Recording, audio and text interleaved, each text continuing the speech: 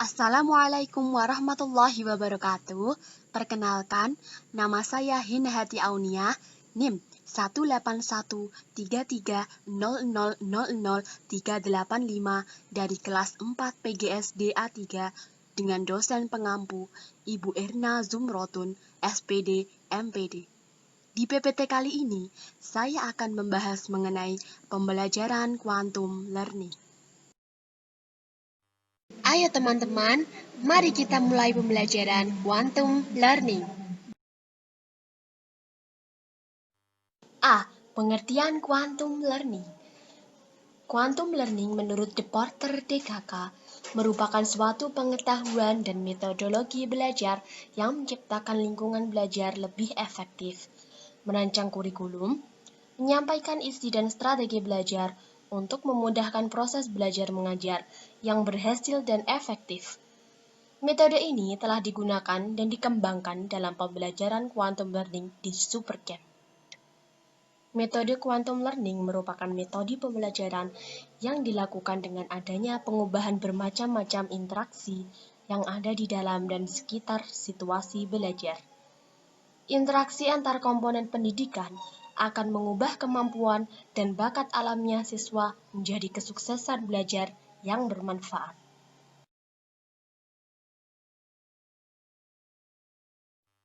B. Karakteristik pembelajaran quantum learning. Yang pertama, mengutamakan keberagaman dan kewajaran. 2. Menekankan kealamian dan kewajaran proses pembelajaran.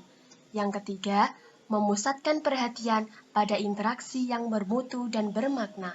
Yang keempat, bersifat konstruktivitis. Yang kelima, bersifat humanistik. Dan yang keenam, berpangkal pada psikologi kognitif. Faktor pendukung penerapan metode pembelajaran quantum learning. Menurut De Porter, ada beberapa faktor pendukung penerapan quantum learning, antara lain, yang pertama, lingkungan, terdiri dari lingkungan yang santai, aman, dan menggembirakan. Yang kedua, fisik, terdiri dari gerakan, terobosan, dan perubahan keadaan. Yang ketiga, suasana, terdiri dari suasana yang nyaman, cukup penerangan, dan enak dipandang. Dan yang terakhir, nilai-nilai keyakinan. Kelebihan pembelajaran quantum learning.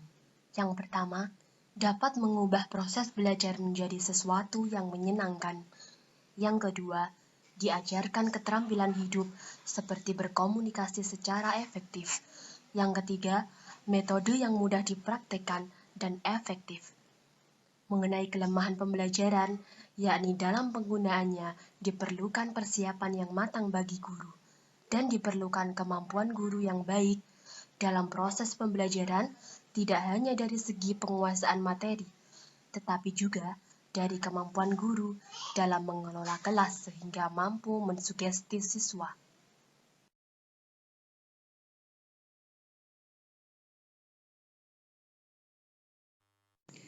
Berikut langkah-langkah pembelajaran quantum learning. Yang pertama, tumbuhkan. Biasakan untuk menumbuhkan minat belajar siswa yang baik kepada siswa, sehingga mereka bisa termotivasi untuk belajar. Yang kedua, alami. Gunakanlah penjelasan yang biasa dan mudah dipahami oleh setiap siswa. Yang ketiga, namai. Membuat siswa penasaran dan penuh pertanyaan mengenai pengalaman dengan mengajarkan konsep. Melatih keterampilan berpikir dan strategi belajar. Yang keempat, demonstrasikan. Memberi kesempatan siswa untuk menunjukkan bahwa siswa tahu. Hal ini sekaligus memberi kesempatan siswa untuk menunjukkan tingkat pemahaman terhadap materi. Yang kelima, ulangi. Memberi ulangan mengenai apa yang sudah dipelajari untuk memberikan kesempatan kepada siswa untuk mengajarkan pengetahuan baru kepada orang lain. Dan yang terakhir, rayakan. Memberikan rasa puas untuk menghormati sebuah usaha sehingga timbul rasa bahagia. Berikut rencana pelaksanaan pembelajaran SDN 1 Bina Bangsa kelas 3 semester 1, tema 4 mengenai kewajiban dan hakku, subtema 1, kewajiban dan hakku di rumah, dan pembelajaran ke-1.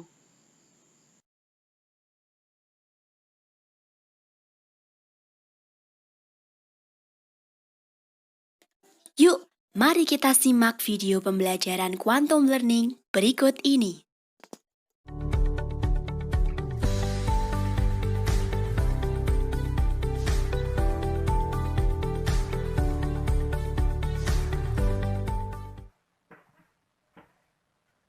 Assalamualaikum warahmatullahi wabarakatuh. Apa kabar semuanya? Sehat? Alhamdulillah. Semoga hari ini kita tetap dalam senantiasa kelimpahannya dan materi hari ini semoga bermanfaat untuk kedepannya. Amin ya rabbal alamin. Untuk hari ini kita akan coba membahas terkait bahan teknik. Tapi sebentar. Nah, kenapa kita sebagai seorang perancang harus belajar bahan teknik? Mungkin ada dari yang kalian bisa menjawab, kenapa kita sebagai perancang harus mengerti bahan teknik? Saya Pak. Ya. Jadi untuk memilih bahan sesuai aplikasinya. Jadi digunakannya untuk apa begitu? Ya, ada lagi? Saya Pak. Ya. Jadi agar tahu ketika ada masalah itu penyebabnya apa, bisa ditentukan lewat bahannya juga. Nah, betul. Jawaban kedua teman kalian betul ya. Nah, kenapa kita sebagai perancang harus mengerti bahan teknik? Mungkin hal yang dasarnya ialah agar kita tahu bahan apa yang akan kita gunakan dalam merancang mesin. Contoh, kita akan merancang piston. Apakah mungkin kita akan menggunakan plastik? Enggak kan? Nah, karena itu kita sebagai perancang harus mengerti bahan apa yang akan kita gunakan ketika merancang mesin. Nah, berbicara bahan,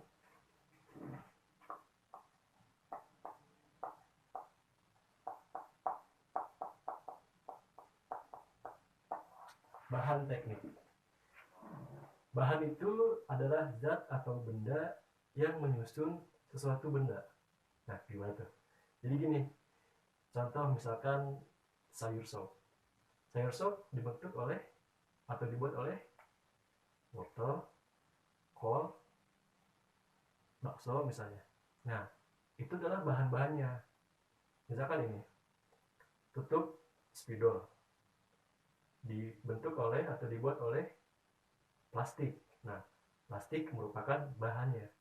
Jadi bahan ialah zat atau benda yang menyusun suatu benda lagi. Seperti itu. Tentunya, bahan teknik juga memiliki struktur-struktur yang berbeda-beda. Mulai dari level atom, atau pertama subatomik, level atom, mikroskopik, dan makroskopik. Jadi yang lebih besar, kecil, bahkan yang tak terlihat.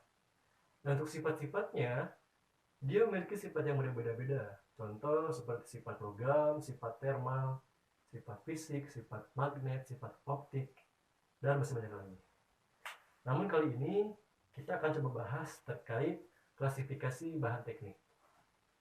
Jadi bahan teknik itu diklasifikasikan menjadi dua.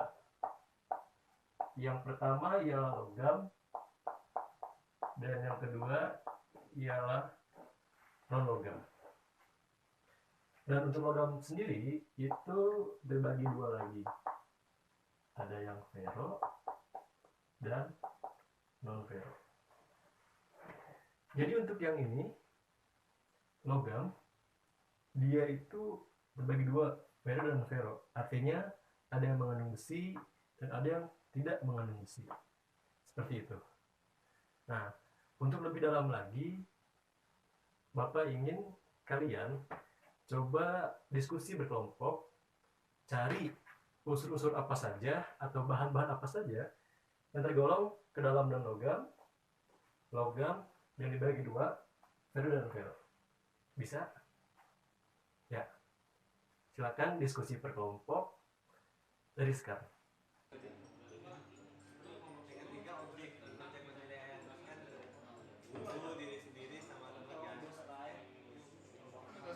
Cukup ya, cukup cukup diskusinya.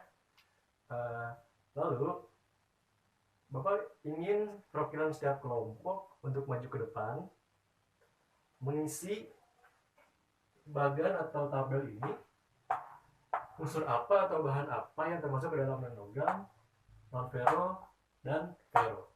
Silakan. Jadi ada 1, 2, 3. Ya.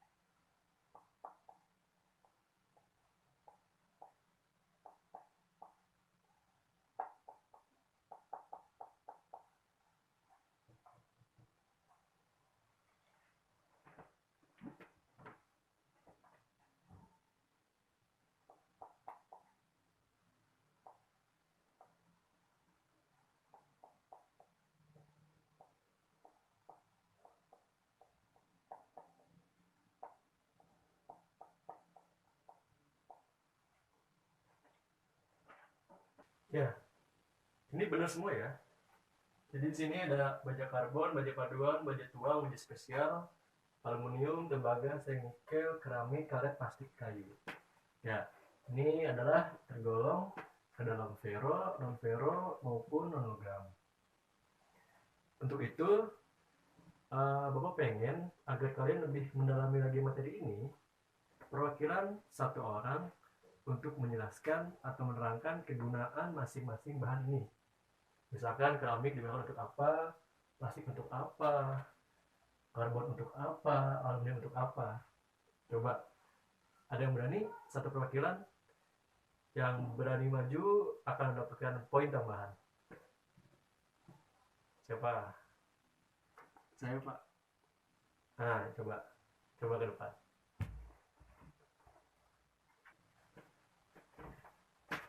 Nah, jadi untuk kegunaannya itu baja karbon, baja paduan itu atau baja tuang bisa digunakan untuk kendaraan, part-part mobil, bodi mobil, part mesin mobil. Dan untuk aluminium itu bisa kita gunakan di alat dapur, perabotan, gagang pintu bisa, dan lain-lain. Kalau di non logam itu karet banyak ya, bisa buat ban, karet gelang. Kalau plastik tentunya banyak, contohnya tadi tuh tutup spidol, alat dapur plastik. Kalau kayu pun banyak ya untuk bahan-bahan bangunan dan lainnya. Itu saja. Ya, betul sekali. Beri tepuk tangan untuk teman kalian. Oke, berarti Andre mendapatkan 10 poin ya tambahan. Oke, setelah kita tahu terkait apa itu bahan teknik, strukturnya, sifatnya, klasifikasinya, bahkan dari kegunaannya, mungkin untuk lebih memperdalam lagi, dan sebelum kita mengakhiri hari ini, Bapak pengen satu lagi perwakilan dari kalian coba mengulangi dari awal apa itu bahan teknik, strukturnya seperti apa, sifatnya, klasifikasinya dan kegunaannya. Yang berani akan mendapatkan 10 poin lagi tambahan. Yang berani nggak usah maju di bangku aja. Saya, Pak. Nah, coba. Jadi bahan itu atau zat, bahan itu ialah zat penyusun benda lainnya, dan strukturnya itu bisa atom, mikroskop, dan makroskopik. Sifatnya itu macam-macam, ada sifat logam, sifat thermal, sifat fisik, sifat listriknya, dan sifat kimianya. Nah, lalu dia terbagi dua, yaitu logam dan non-logam. Logam itu terbagi dua lagi, yaitu ferro dan ferro. Kalau logam itu contohnya itu seperti baja tuang, baja karbon itu yang untuk ferro, lalu untuk non ferronya itu ada aluminium, nikel, seng, dan tembaga. Nah, non logamnya itu ada karet, plastik, kayu. Sekian, Pak. Ya, betul sekali. Beri tepuk tangan untuk Panji. Dan Panji mendapatkan 10 poin ya untuk Anda. Dan mungkin itulah hari ini kita sudah membahas baik struktur, sifat, klasifikasi, bahan-bahan atau dan kegunaannya. Jadi kita sebagai perancang harus paham betul terkait apa itu bahan teknik, sehingga ketika kita telah atau akan membuat satu perancangan mesin, kita tahu bahan atau jenis material apakah yang kita butuhkan, dan jangan sampai kita sebagai perancangan tidak tahu hal itu, memalukan kan? Nah, mungkin itulah hari ini. Untuk minggu depan jangan lupa kita akan membahas kembali atau kita akan mengulas terkait hukum Newton. Mungkin pernah kan SMP hukum Newton. Nah, kita akan bahas lagi minggu depan. Dan untuk hari ini cukup sekian, dan terima kasih. Assalamualaikum warahmatullahi wabarakatuh.